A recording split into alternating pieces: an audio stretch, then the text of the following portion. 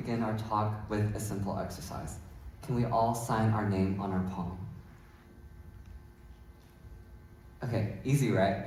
Next, I want you to do the same thing, but this time in mirror writing. Strange, right? That slight confusion you just felt, that moment where your brain had to pause just for a second, is exactly what today's talk is going to be about. Martha Beck is currently one of the most favored sociologists in the US, as she seamlessly integrated neuroscience, psychology, and human behavior to discover a method to quickly relieve anxiety.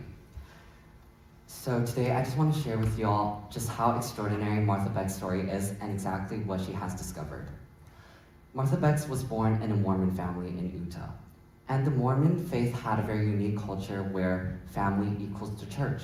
So the children were not allowed to express emotions. So whether it was frustration, doubt, or anger, you cannot show it because it signifies a lack of faith. Your parents are not there to love you, but rather to correct your mistakes. So Martha was very matured at a very young age, highly self-controlled, and rarely showed any emotions. At the age of 18, she was accepted into Harvard University. And while she was a student there, she got married to a man who also came from a Mormon background. To outsiders, everything seemed perfect. But two things happened while she was pursuing her PhD. First, she accidentally discovered that her husband was actually gay. Second, tests revealed that her unborn child had Down syndrome. These two events occurred almost simultaneously, so she completely broke down. And she suffered from insomnia night after night. And she was plagued by anxiety, and she kept on questioning herself, why me? What did I do wrong that God is punishing me like this?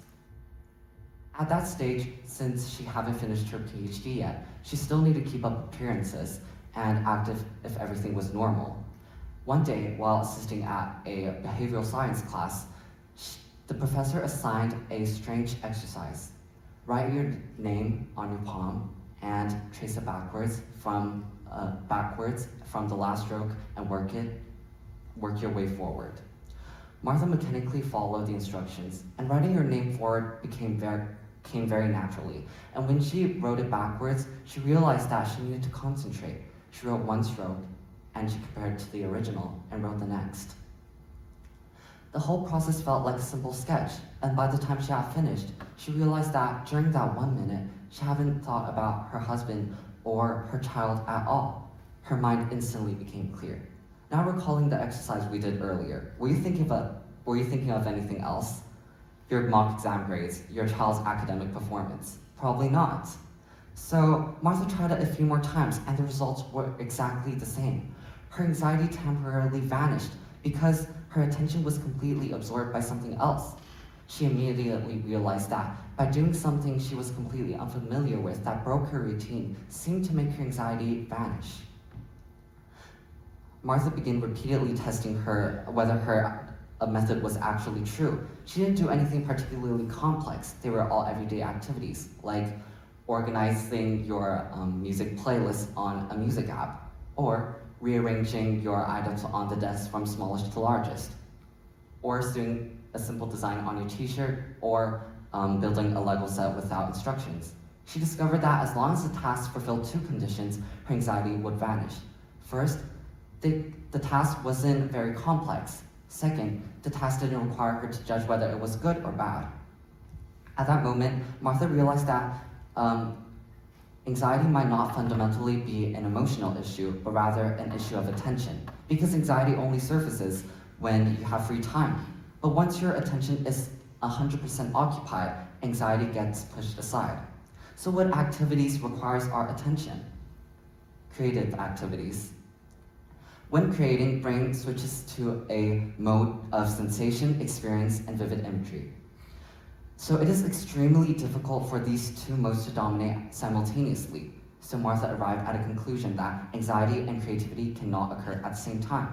You might say this method is great, but I can't just start painting or building a tower whenever I feel anxious, right?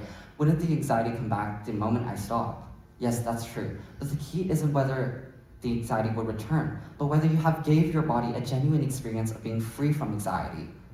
Because anxiety isn't something that's wrong with your brain, it stems from a lack of practice of freely switching from mental states. So as long as we practice enough, our brain can more easily remember that I can actually pause for a second and rest. Finally, I'd like to share a personal experience of mine. Last week, I drank 4 cans of energy drinks and 6 shots of coffee to prepare for my mock exam and a Chinese debate competition. I was obviously stressed, but I always loved writing. I have all sorts of notebooks at home of all sizes, so I jot things down whenever inspiration strikes.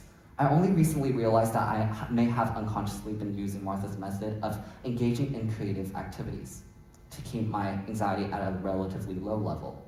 So, Martha Beck is teaching us the next time we face anxiety, we don't run away from it, but we finally start creating it. Thank you.